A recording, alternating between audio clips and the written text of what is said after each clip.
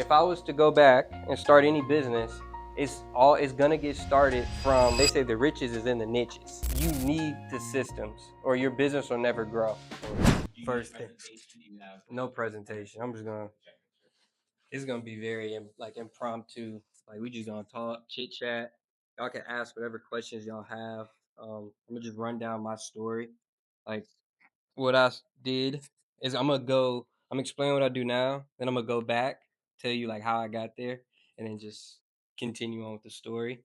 So I came here in 2017, and during my senior year, I started a cleaning company. So now I run this company, Refresh Co, where we do cleaning services for busy professionals, and we have customers in the residential space. So we clean houses, we clean Airbnbs, and we clean commercial spaces, which we're working on growing now. So right now we have a school and we have a church that we clean for, and it took some time to get those contracts, like learning the business. But before I started the cleaning business, now I'm gonna go back. I When I came to Morehouse, I was a sneaker reseller, and I resold sneakers from high school. Came down here, still did it, and I was running the business in the dorm room. I would be trekking up to the West End Mall in lines like 4 a.m. standing in line. I knew a lot of the people in the Atlanta scene. There was a community called ATATF, and I started to like network in there before I got down here. And so I ran that business like since I started in PSEP. I had like a bunch of sneakers in those wardrobes. Anybody live in Brazil? Ever lived in there? The boys are in Brazil. They had these wooden wardrobes. I would have sneakers all in my during PACP, and I would have sneakers in my dorm room while I lived in LLC. And then I got started to have more and more shoes, and I lived in the suites. I had like a whole wall just full of shoes, and I would go to the post office every day and be dropping off packages. And then I used to get inventory from the students. I would post signs all around the campus, say buying sneakers, vintage streetwear, and people would text me. It's like Chrome. If somebody had a Chrome Hearts hoodie and they want to sell it, like I'll buy it from them and flip it on eBay or wherever it was applicable to sell. Some stuff you had to sell in different places. And from there, from reselling, I started the sneaker event, Atlanta Kick House, which Ev's helped on. Have y'all seen the Kick House? Yeah. So I started that in 2018. I was going to like all the sneaker events, and I'm like, I want my own. And then I went to Dubai. Right. So started the event 2018, went into to Dubai 2019, and then we had our first event when I got back. And while I was over there, they're very entrepreneurial in Dubai. And this was right before Dubai became like a hot destination spot.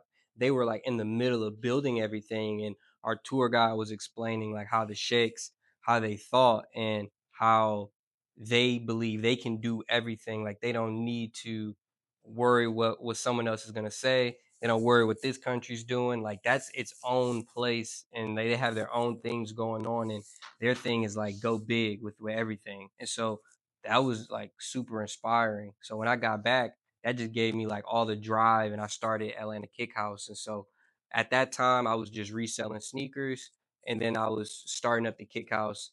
And with the Kick House, I was learning how to put on an event, which is fairly simple, but it's not easy.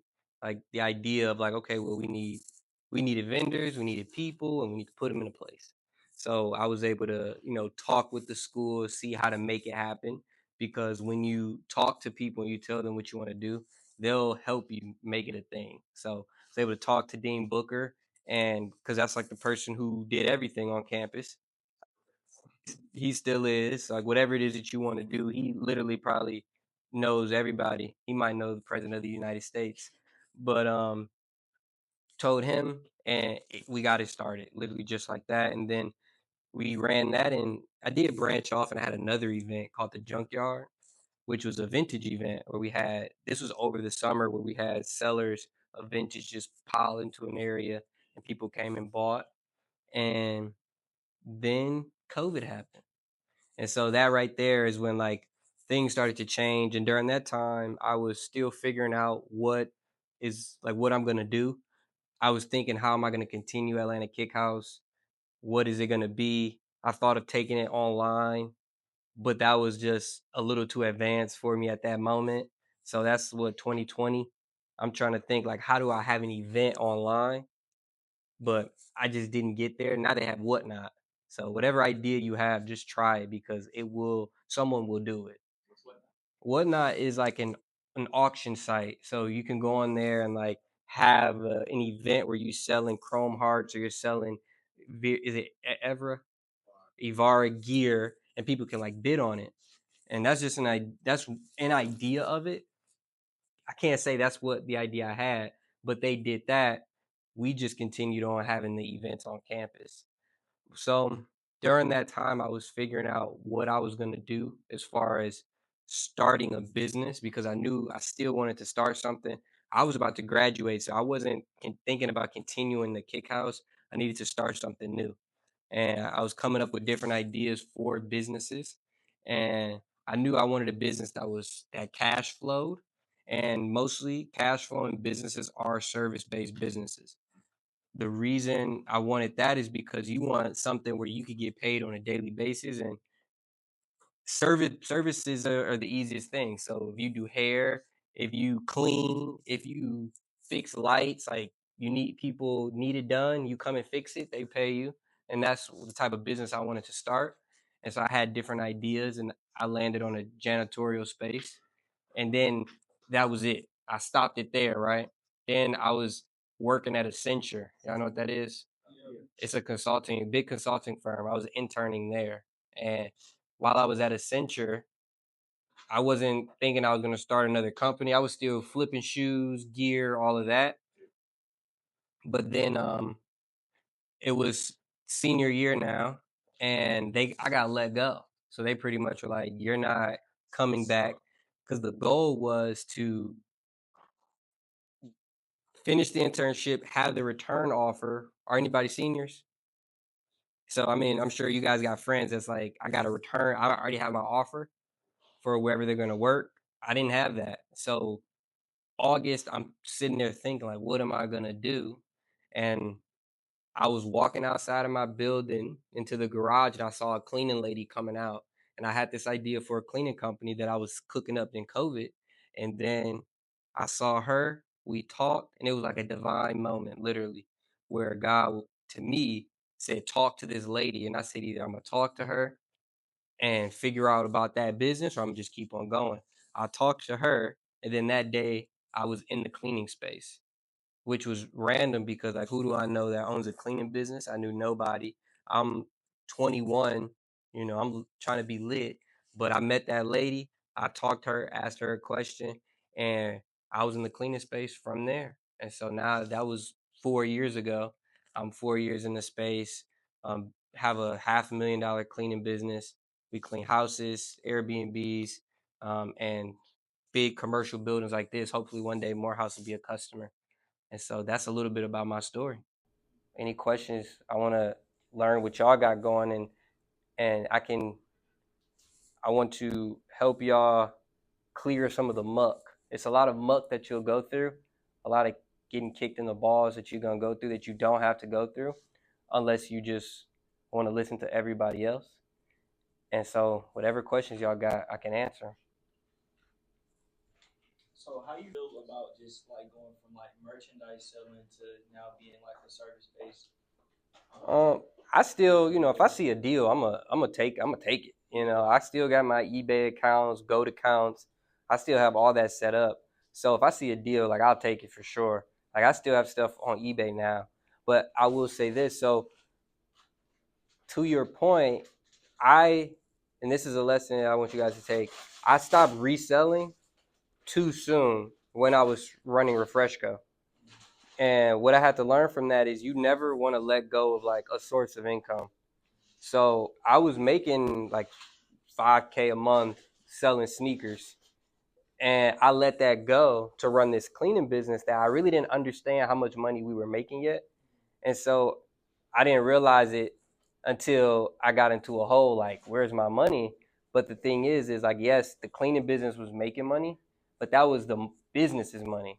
I wasn't making any money just yet because I stopped reselling the sneakers, which was able to pay my bills, which was able to pay my rent, I like thought that this cleaning business replaced it too soon.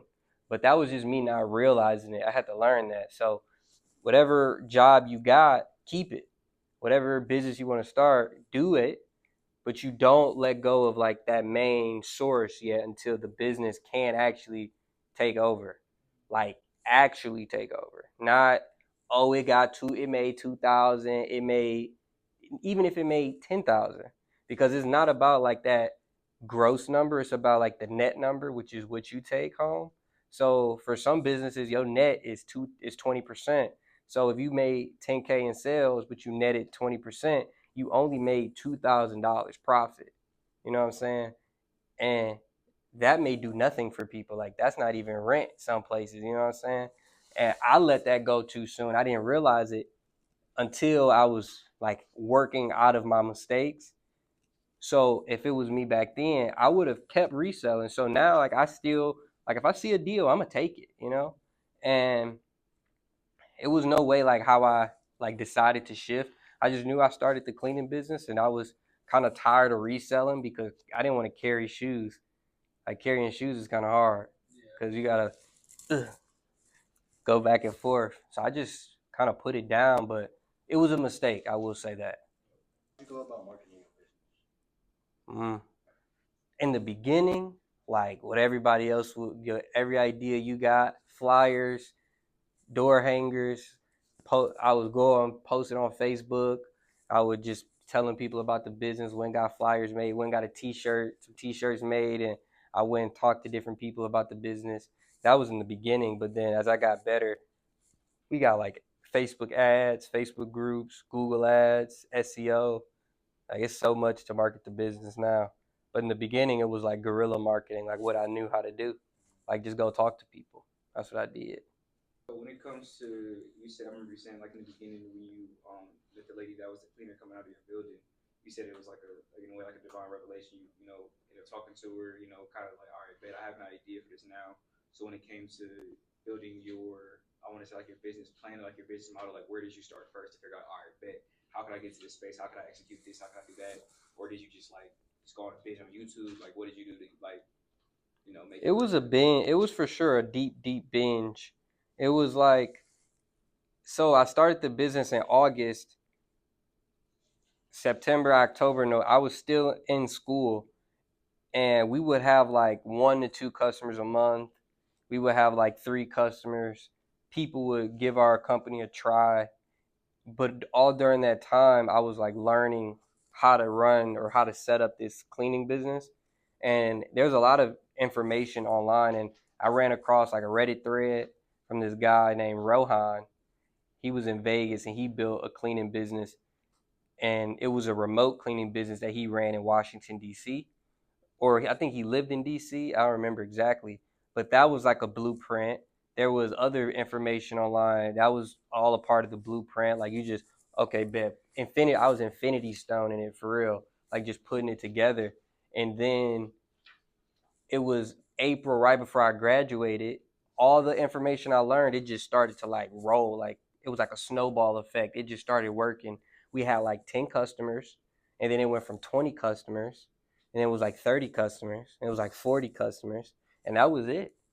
And so it wasn't a like, okay, I'm gonna do this, this, and this as a business plan, because this was the first real business that I set out to start where it was gonna be something that I could imagine being sellable or something that people know about. So it wasn't a business plan in the beginning. Now, as I like write out what we do, like our company operations manual, it's a little bit more organized and structured. But before, it was really like scrappy, like a Google Drive with information.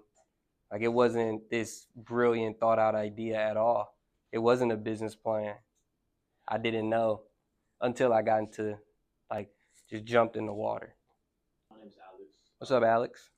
Sophomore finance major. What up, Dell? What does your I'm trying to start a service business too. Mm-hmm. One of the things I'm trying to figure out is like my sales funnel. Mm. What do you use to direct people to pay? Like, do they call to go to a website? Do you have an app? What type of business you trying to start? So think of like Uber for dry cleaning. Like that's the whole idea. I back up a Wash and fold, like wash and fold. No, dry cleaning, so like suits. Specifically dry cleaning. Yeah, because people Okay. don't usually pay for it. They don't. People aren't as willing to pay for normal clothes to get washed. They're more willing to do it themselves. For Dry sure. cleaning, it's already a paid service. You can't. Yeah, it's more delicate. Hmm. Yeah, what's your sales funnel? Like, So our sales funnel is people go to our website, they call us. I'm gonna write it on this board. So they call. So they got calls, website, and then social media. Right? That funnels into them either getting a quote or actually booking the services. So one is get quote, follow up, and then they book. The other is book service, then upsell to recurring. My handwriting is not that good. But so you want to start with like attention. How do you get people? So calls, websites, social media. We get them a quote. Hey, I'm looking to get my bedroom, my bath, my 2 bedroom, 2 bath clean. I just want a quote right now. I don't want to do it. So okay, we get them a quote. Then you follow up with them. So that's email, text messages, calls, things like that. And then eventually they book the service. And then when they book the service, you want to resell them into upselling. No, you want to upsell them into recurring. So once a month, 2 times a month, whatever. If they sometimes people will call us, go to our website, go to social media, and sometimes these all work together. So somebody can call your business and then they'll check you out on social media and then they'll go to your website. Or they'll see you on social media, they go to your website and then they'll call you. And then they'll just book. Sometimes it's one call closes. Sometimes it's not. On our website, we have a self book form and they can just book their appointment. Once we book it, then we want to, hey, how'd the service go? Oh, service went well. Then we want to upsell them into recurring cleaning services. some marketing tips to get your brand out there? Besides like ads, social media, and like flyers and stuff, what can I do to like separate myself from like other photographers that do the same thing kind of like they do ads, they do like social media. Mm-hmm. A lot of photographers don't have websites for real. So like potentially I'm working on a website, but outside of that, is there anything like I can do? Mm-hmm. It's a lot. Let's get into it. So you said something really important. You said, how can you separate yourself? How do you think you can separate yourself? So what I offer that is kind of different from everybody is like I offer like same day returns. So Okay. same day returns would mean we do a shoot, right? And probably within the next hour or two, I edit the pictures instantly after like I show you. At first, I send them to you, Mm-hmm. raw ones, and then I edit them, and then I send you another file. And just between the raw ones and the edited, you pick and choose which one you want. But same day returns. That's what I offer, and I can also do both photography and videography. I have two different cameras, so I'm equipped, and I have strobes, ring lights, and stuff like that. Still gotta get like the thing for the background and stuff like that. Mm-hmm. What That's what I else? got so far. That's really it? Yeah, that's really good. Okay. I mean, I would say the photos and videography, that is one way to like separate yourself. Fast turnaround, I wouldn't say it's something to niche, like to separate yourself with, because this is kind of like I expect you to do that. That's like me saying, oh, we're a cleaning company, but we clean good. We clean better than this other company. It's like, well, I expect y'all to clean it good anyway. You know, a lot of people think this is a way to niche down or to separate yourself. It's not. You can separate yourself so you do something different, right? So you do videos other than you different from other photographers there. But another way is you can only do certain type of photos. So there's photographers that only do headshots.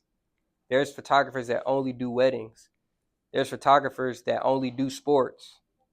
There's photographers that only do maybe like horseback ride, only for horseback people, right? So you could separate based on like the type of customer you want to go after or industry.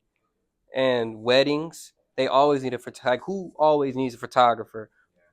Weddings, events, absolutely.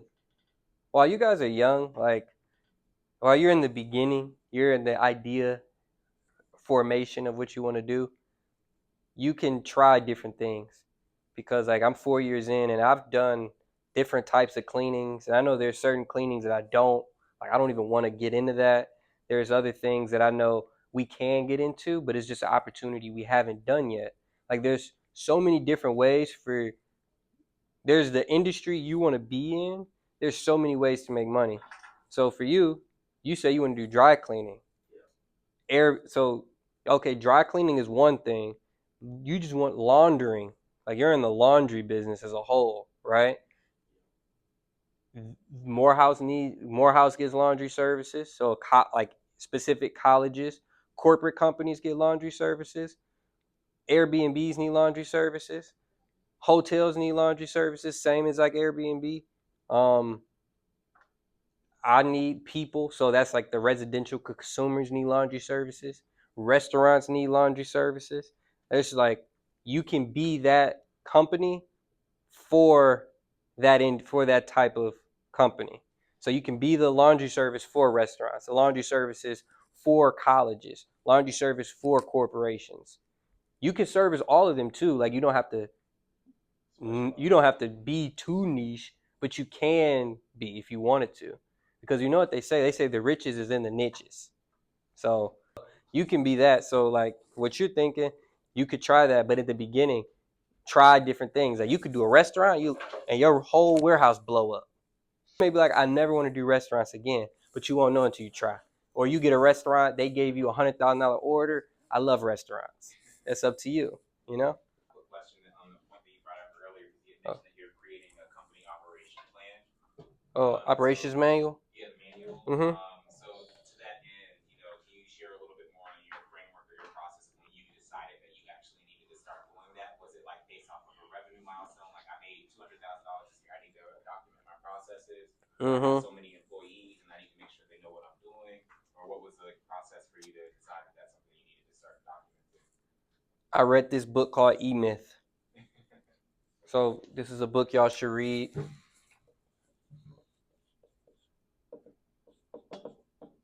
by Michael Gerber. This right here, this education you guys are getting, you could get the proper business education from reading this book right here. If I was to go back and start any business, it's gonna get started from a point of it being sellable. And so a business is nothing but a set of systems and procedures. And if you read this, you'll get what I'm saying. So the next book is Built to Sell. I forget who wrote that book, but this book talks about like building your business like from the end in mind, which is to sell it. So if you wanted to sell your photography business, if you wanted to sell your laundry business, if you wanted to sell your engineering and production business, I would say if you combine these two books together, if you guys read them, like just powered through them over the weekend and then continued on with your idea that you have, like it'll be thought about in a totally different way. So to your question, like when was it? It was when I read the E Myth. I had to learn that, and this was probably like year one, year two, that you need the systems or your business will never grow. There is like 20, 30 million businesses and in the United States alone, and 90% of them, maybe 85 to 90% of them have only one employee, and that's the person who created it. They're sole proprietorships. They're not they're not built out right. There's no systems, there's no finances because people don't know this, right? And so when I read the book, I started to do these things. And I didn't know if I was doing it the right way, but it was the start. And then I just got better at it. And so it was like year two, I was in the business. I knew to do this. But the reason you want to do this is what you learn in Built to Sell is that you need to, when someone's buying your business, they're not buying it if you're still involved. But you're still going to be involved if your business doesn't have the systems, if it doesn't have the procedures, which you learn in the E-Myth. Like I said, they're buying a set of systems and procedures. So you have to hire people. So if you have a photography business, you're probably gonna have a salesperson. There needs to be a steps, the SOP, standard operating procedure. This is how we sell. This is who we sell. This is step one. This is step two. This is step three. This is how we know this is a successful SOP for the sales. You're going to have photographers. This is how we set up our shoots. This is how we break down our shoots. And it needs to be like a standard operating procedure, an easy checklist of we do this, and then we do this, right? For it's the thing is there's so many different operating procedures that can be in the business. So if you ever like when you go to different businesses, you may notice that they got a big binder, and that's ideally what that is. So when people are getting trained, they get trained in the operations manual that this is what you do, and if you ever want to know what you need to do, you just go look at the operations manual. So So that brings me to another question, like your logistics. So when you're starting, I'm assuming now you got 30 to 40 contracts every month. You're not washing them all by yourself. How do you plan and organize for people to be where they're at, have the supplies to clean the houses and their transportation there? How do you organize that? well, we use when we do that, we have a scheduling system, and so with the scheduling system, we know when we need to be somewhere, when we don't. There, we had we used to have a little facility. It was like my little facility that I had. It was a storage closet, and we had all of our cleaning supplies. We had our brooms, we had our mops, we had the laundry, and the laundry would be tagged so we know which property it had to go to. We would have it would get picked up and dropped off for turnover from the laundry company, or the cleaners would do it themselves and then drop it off. And so it's pretty simple. Like I said, it's simple to think about, but it's just not easy. Like if I would say anybody in here could do these things, but that was how we did it in the beginning. So you have your schedule, you know everything you need to take to clean. How we made cleaning simple is we broke it down to two chemicals. We got the red top and the blue top. The red top was for bathrooms only because bathrooms are like one of the tougher places to clean. The blue top was for everywhere else. So it was safe to clean literally everything in this room. Boards, wipe the pictures down. You could literally spray this up and wipe it with the blue top. Red top might fuck it up though, for real. And then we had the scrubbers, the towels, and they had everything that they needed to clean. And it wasn't as if they needed a bunch of stuff, but that's how a lot of companies start out. They think they need everything because they don't know what they need just yet. But when you make your manual, you'll know what you need.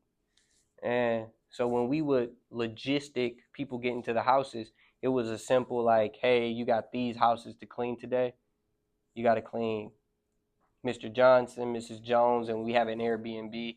And then they would take what they needed, and that was pretty much it. Things I want to give you guys. So when I started my business, I thought it was a startup. It's like a startup idea, like this big Uber idea or this big Airbnb idea. And that isn't all businesses. So there's a difference between like like a venture backed startup, and the difference between like a local small business. Any business can grow and get big, but how it gets there is different. So a startup, ideally, you're getting investors, venture backed, and when you're venture backed, that's like you're turning into like a jet because they're giving you jet fuel. And a local startup can be like, it depends how big the opportunity you're in. It's like a laundry business is like a transit van. A transit van is big, it can get you from point A to point B. You could put a lot of stuff in it. It's a good opportunity. It's consistent, it's reliable. But you can't put a jet fuel into a transit van or it'll probably blow up. because it's not meant for that. So you want to build your business as if what it's meant for. And if you want to do a startup, then you do a startup. If you want to do a local small business, you want to do the local small business. I thought that this cleaning business was going to scale overnight and be in all these different states. And that is still possible, but a local cleaning business is like a Honda Civic, in my opinion. A Honda Civic, maybe a small Nissan Ford Transit, it can get from point A to point B and it can get there reliably. But like, I can't go to California overnight. Like, it's gonna take me about 3-4 days to drive my car to Cali today. But that's just the opportunity vehicle it's in. But I was building it as if it was gonna get me there tomorrow. And that kind of made a little bit of complications. That can make the business like a little like unhuman, because if you have a local business, you want to promote your local business as if like you're local, like you're in the community, you're a person. If you have a startup, some of these startups, like, you don't see a human face. You know what I'm saying? But you're doing these things, or you're talking. I would talk and make it as if it's this big company, but really it's a local business. Not saying it won't get big, but it's a local business. That's what it is. It's a local business that grew and scaled, and it took time, and we didn't have any investors. Like, you don't need investors to start your business. You just got to start that boy, get it kick started. So that's the first thing. The next thing is, like, you need to know your numbers. Like, to these books, I don't think there's a finance book that I have, but they'll talk about that in these books. Knowing your numbers is the most important thing in the business. You need to know if whatever idea you're doing, if it's actually making money. So for you, you have clothing. You're now dealing with international suppliers. So that's gonna cost money to get here. However much you're gonna sell that for, you need to factor in everything that it's gonna take for you to make the sale, right? It's called the cost of goods sold. So shipping, the materials, whatever it is you got to do just for that piece of pants to come to my house is all in the cost for you to make it. But you need to make, okay, that's the cost, right? But when you sell it, you need to make sure you're selling at enough profit, like a margin, where you actually make money. Some people, they do all of that. They say, oh man, I got this new load of clothes in. They look up, they ain't make $1 because they can't sell it for a price point high enough, but it costs too much for them to make. So knowing your numbers from day one is the most important thing. And if y'all have a question on that, I can. So with that example, what profit margin should I be looking I would say it depends on however much you want. Yeah. Now, like, with business, so imagine like a Chrome Hearts, right? They can make that hoodie for like $10 probably, and they can sell it for 1,000. So that's you said what? 1,500, and but it takes a lot for them to get there. So you're not gonna overnight get there, but I would say you start at industry standard. So it could be anywhere between 25 up to 50% net margins in the clothing space, but you don't want to price yourself out, but you want to make sure you're paying attention to the point where you know that, hey, we have such a good brand name, our marketing is so good, our quality is so good that people are willing to pay a higher price for our piece, and then you increase your margin.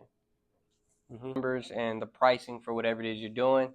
And for your business, there's a pricing formula for your business. For what you want to do, it could be a formula. For what you want to do, it could be a simple formula.